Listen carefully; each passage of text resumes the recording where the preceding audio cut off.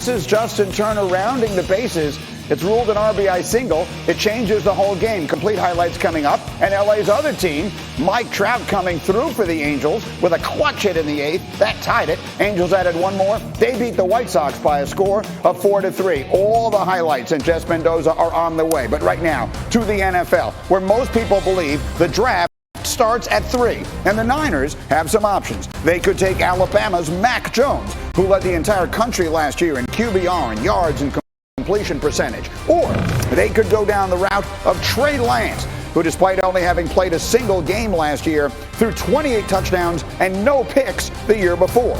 And how about Justin Fields from Ohio State? He entered this season with hype on par with Trevor Lawrence, threw 63 touchdowns in 2 seasons at Ohio State, added 15 more on the ground. In his latest mock draft, McShay has 5 quarterbacks going in the first, all within the first 11 picks. You see, he's looking at Mac Jones at number 3.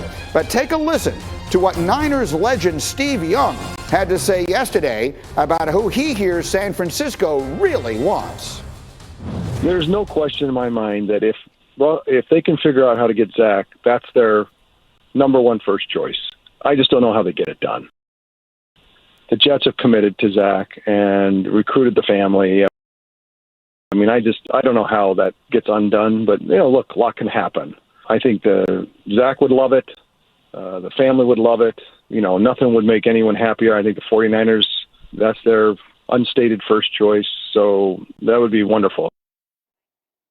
Well, one man's wonderful is another man's something else entirely. But let's dive into that if we can here. Graziano Saturday and Bart Scott are ready to roll. Dan, I will start with you as my insider extraordinaire. You hear Steve Young saying the quarterback San Francisco really wants is Zach Wilson. So it gets complicated. Where do we go from here? Well, I mean, look, let's be honest here. The quarterback that they really want and that everyone wants is Trevor Lawrence, but they're not going to get him. They weren't able to trade up to 1, and they weren't able to trade up to 2 either, and that's likely because, as we understand it, the Jets are locked in on Zach Wilson and don't want to move off of that. So, they can want whatever they want, but that doesn't mean they're going to be able to get it. The Niners move up to 3. And to hear Kyle Shanahan talk last week is because they had come up with a list of 3 quarterbacks that they feel really good about. Presumably 2 of those are Trevor Lawrence and Zach Wilson. The question, of course, is who is the third, because that's the most likely guy to land in San Francisco. And I see, and we have it up on the screen, you told us last night that while the conventional wisdom seems to be leaning towards Mac Jones, you have your eye on Trey Lance. Yeah, there's all you hear is Mac Jones to the 49ers. I mean, that's all over the league. And it could happen, right? I mean, he could be their guy. But conversations I've had the last couple days have led me to think that I can't rule out Trey Lance as a possibility. Look, if Jimmy Garoppolo is really going to still be on the team this year, which they've said, Lance is the one guy in this group that everybody kind of agrees needs a year, right? Because he hasn't really played much in college, only 1 game this past year. And we've talked about how few throws there are to evaluate of Trey Lance. So he has the athleticism, he has the size, he has the arm strength. He kind of gives Kyle Shanahan the opportunity to sort of evolve his offense beyond where it's been. And I just don't think we can rule that out. The idea that Kyle has in mind a guy that can take him places that others previously have not been. So there's a lot to unpack here. And Bart Scott, let's start with the first piece of this, and that is the idea that Zach Wilson and the 49ers love each other. Where does that leave the Jets, a team that you played for and you were still very close to, sitting at number 2? Does that change anything in your mind? No, for me, it leaves the Jets exactly where they want to be. They control the draft. If they want to move out and get a king's ransom like San Francisco did to gave up to move up, then they can control the draft there. But if they believe that Sam Darnold is the key and they believe that Sam Darnold is a young quarterback that they want to kind of kick the can down the road with, give him an opportunity to have a year to evaluate and say that he can play, then you move out of the pick. But if they believe that Zach Wilson's the guy, then they're going to pick him. And maybe that's why San Francisco decided to go to 3, because the Jets weren't taking any calls for it. So we don't know, what's going to go on. When you get closer to the draft, you're going to see a lot more movement coming up. And I'm excited to see what happens.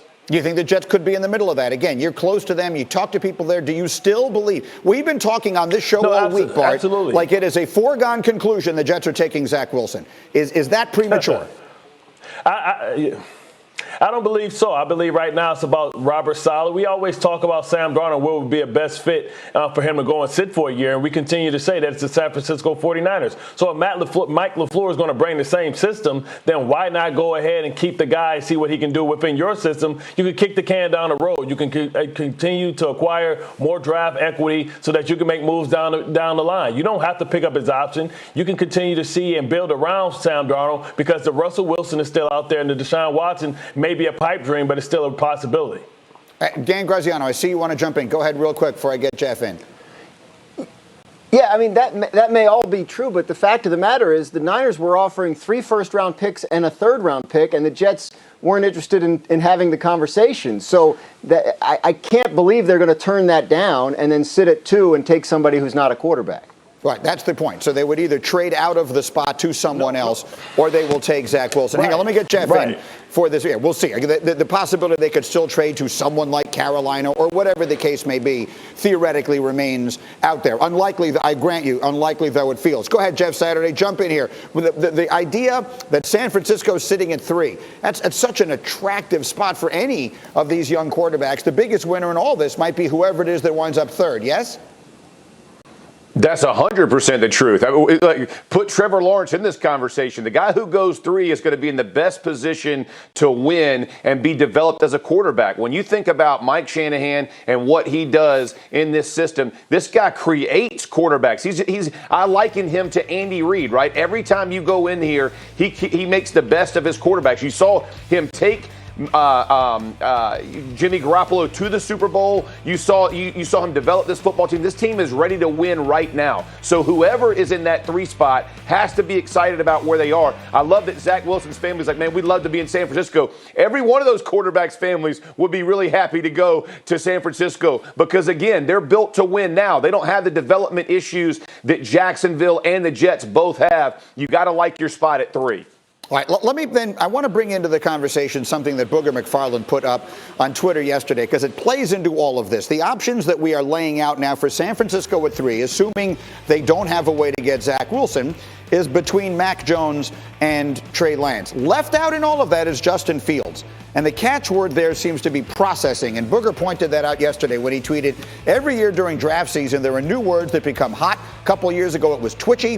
2021, it appears to be processing. However true it may be, that coming from some criticism that seems to have, on some level, sort of come from thin air, that Justin Fields doesn't do that well at Ohio State. And Jeff Saturday, when you hear that, what's the first thought that goes through your mind? Absolute trash. Man, this is ridiculous. This kid scored almost 80 touchdowns and had, 9 interceptions in 2 years at Ohio State, where he's playing great competition. And we're going to talk about processing. And by the way, every offensive system in college is developed to take the first read. I lived on a football field for 14 years in the NFL. Tom Moore used to scream at Peyton Manning, if the first read is there, you take it right now. Now we're going to criticize a kid who's taking his first read and doing exactly as he's coached. Think about how many times you look in college football and the quarterback looks to the sideline and gets his take and then takes what's there. That's what he's supposed to do. If Peyton Manning would have had that same criticism in year 1 of his career in the NFL, everybody would have said he was a bust, right? 20-plus interceptions. He's one of the smartest football players in NFL history. It takes time to learn how to process the game at the NFL level. Justin Fields is fully capable of doing that just like every other quarterback. I think this is absolute garbage, and it's just a way to put a guy and try and sabotage his draft status. I don't get on board with it at all. Bart Scott, what do you think?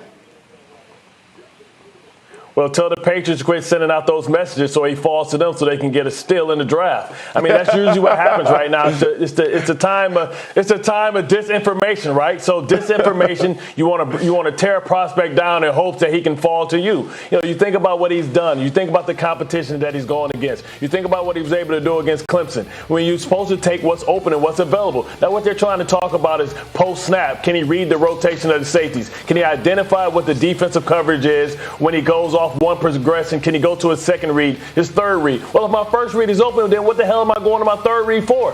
The first read is the one that's the one that the player is designed to get open. So it's like, okay, well, if he's going to, so he's going to go 1, 2, 3, and then show you that he can go ahead and make plays with his legs, make off-schedule plays. You take the layup. That's what the player is designed to do. That's right. I think it's trash, and I think it's crazy that we criticize him, but we don't criticize other quarterbacks. Those are buzzwords. Those are words that are associated with African American, quarterbacks in this league, and that used to be a word that was a symbol for something, just like heady player. If I say heady player,